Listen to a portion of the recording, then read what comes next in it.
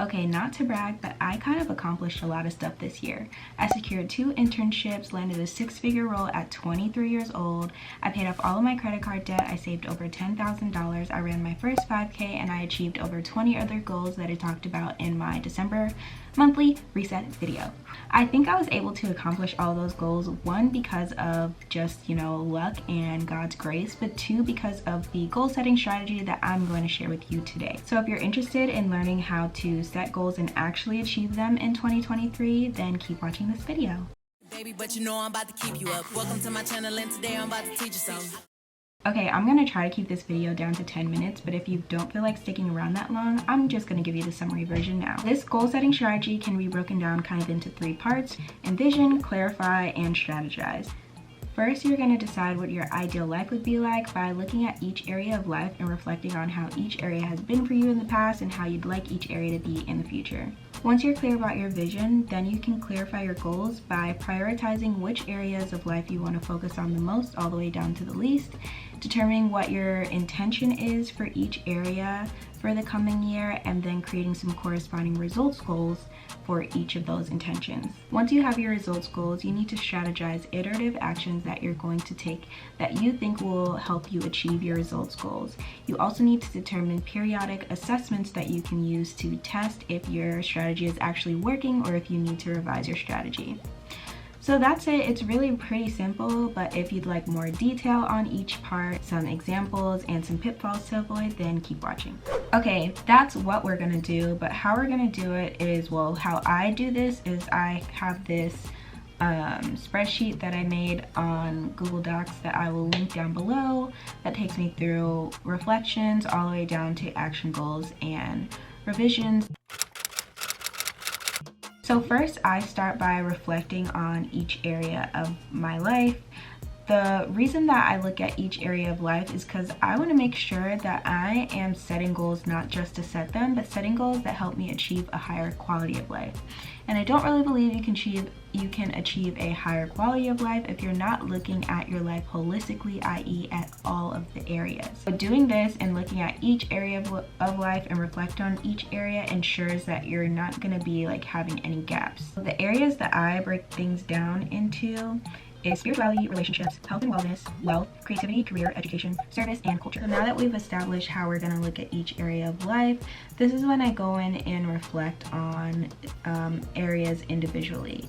The reason that I'm reflecting first is because in order to get somewhere, I have to figure out where I'm like starting from, and so reflecting on the past year helps me do that. So for example, I am trying to set my wealth or finance goals. I'm just going to reflect on what I'm proud of from this year and what I wish was different this year, what I was disappointed in. Okay, so I just did my initial reflection. I was really proud of how much money I was able to save this year, and also how I was able to track my money and just in general set up systems for personal finance for myself that I feel comfortable with, and how I was able to educate myself on a lot of like new personal finance information. What I was kind of disappointed with this year is I wish that I had spent some money like more intentionally, and I feel like sometimes I was living above my means, or like, oh, I know I don't have this, but like whatever, YOLO.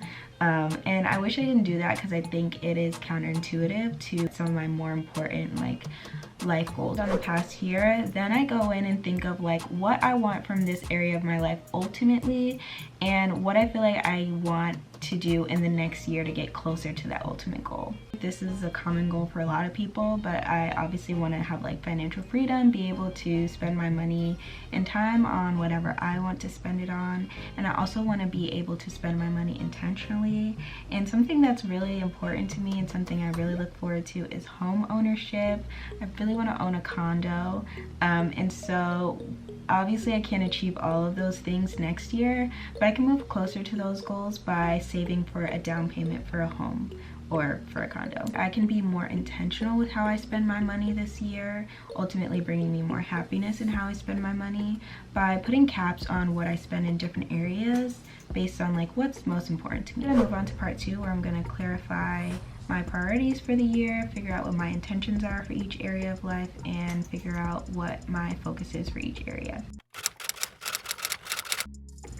So the reason that I like to prioritize which areas are most important to me is because ultimately a year is a finite amount of time, which means I have a finite amount of energy that I can put into things this year. That means I can't put my 100% in everything, and I have to figure out what I want to focus on more or less in the coming year. An example for me is this past year, career and education were like my top categories for me. And you can decide what areas of your life are going to be priority, maybe by areas that you're least content with or areas that you have goals that you need to achieve quickly. For me, career was definitely an area where I was least content because I just graduated undergrad and I needed to like create a career for myself. And also I wanted to finish school as quickly as possible. So I put a lot of effort into taking a bulk of my courses last year and also like putting a lot of energy into starting my career. And I'm at a place now where I'm pretty content in those areas, so I can peel back from putting so much energy into those areas and redirect that energy into different areas of my life. So I actually organized this spreadsheet by like ranking the most important to the least important area of life for me. And I've already done that. I put spirituality at the beginning, and wealth is somewhere in the middle here. The last thing on the list is culture. And you know, this is something to definitely play around with, but it'll determine like how big or small your goals are going to end up being, because if this is your lowest priority, you're probably not going to like put 70% of your effort into this goal. So I'm going to decide my focus or intention for wealth. So after you do your reflection, this should be a pretty simple next step for you. My focus for the year is to be in control of where my money goes and to save for moving out. So that's kind of like what my focus would be. Once I set my intention for that area of life, then I write some corresponding results goals. So the intention is really just like the vibe of that area, but then I need to translate that into like what would success mean and like achieving that vibe or getting closer to that vision I have for myself for that area of life.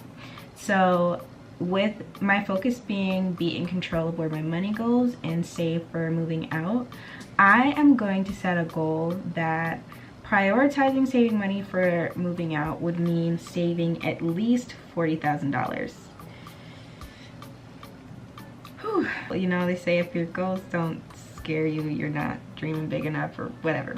I'm scared. Being in control of where my money goes, succeeding in doing that for me would mean only spending what I set out to spend for each category in my budget.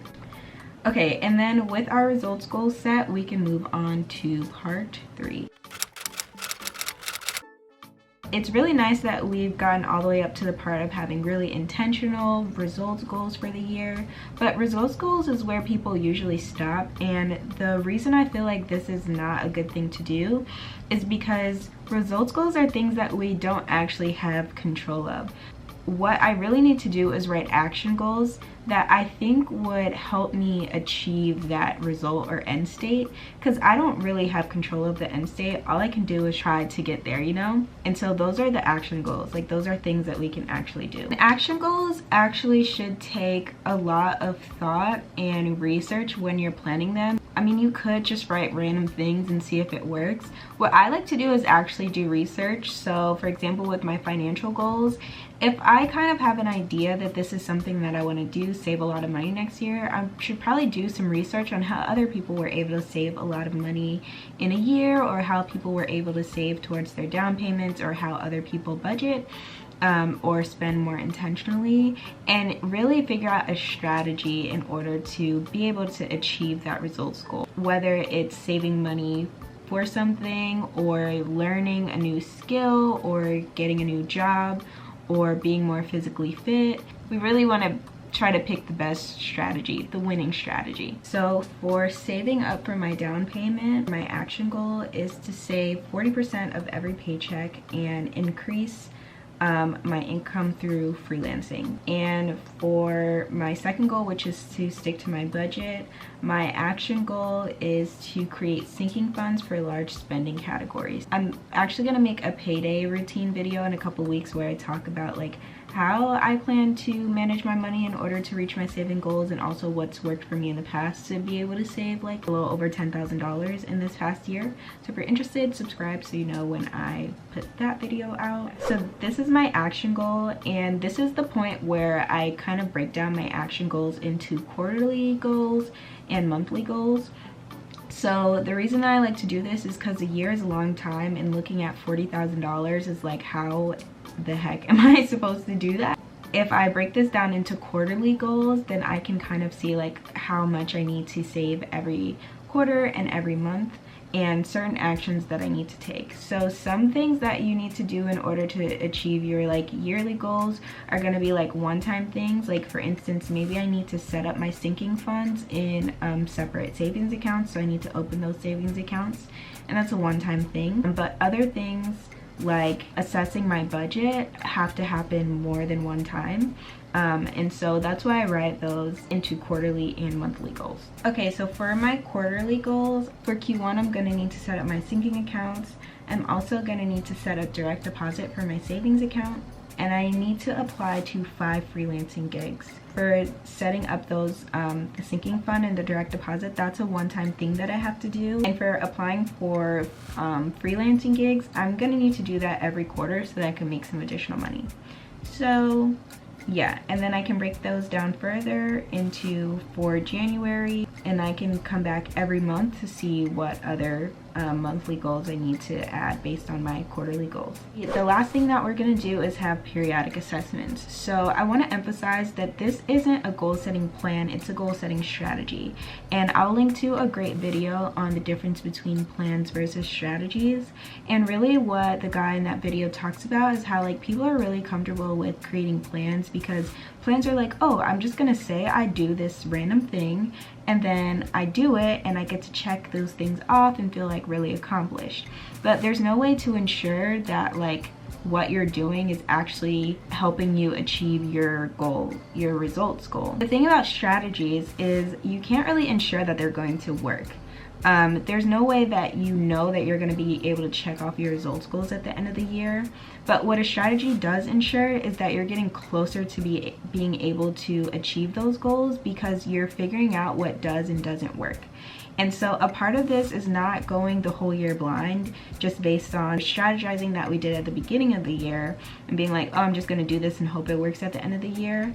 What I like to do is periodically check in to see like, are the things that I'm doing actually helping me get closer to my goal? If I set up my sinking funds, if I set up my direct deposit, and I'm applying to 5 freelance gigs a quarter, am I actually able to save 40% of my paycheck, and is that getting me closer to the $40,000 that I need to save, or that I want to save for my down payment? And so this is where I like to write some questions for myself to see if I'm actually getting closer to the goal that I'm trying to achieve, or if I need to revise my strategy.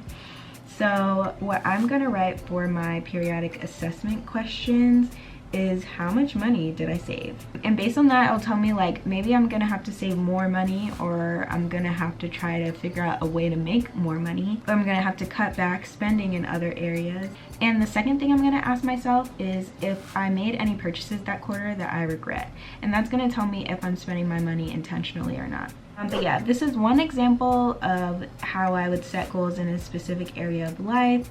I found that this strategy has been really helpful for me. Like I said, I achieved a lot of stuff this year, and it was the first year that I implemented this strategy.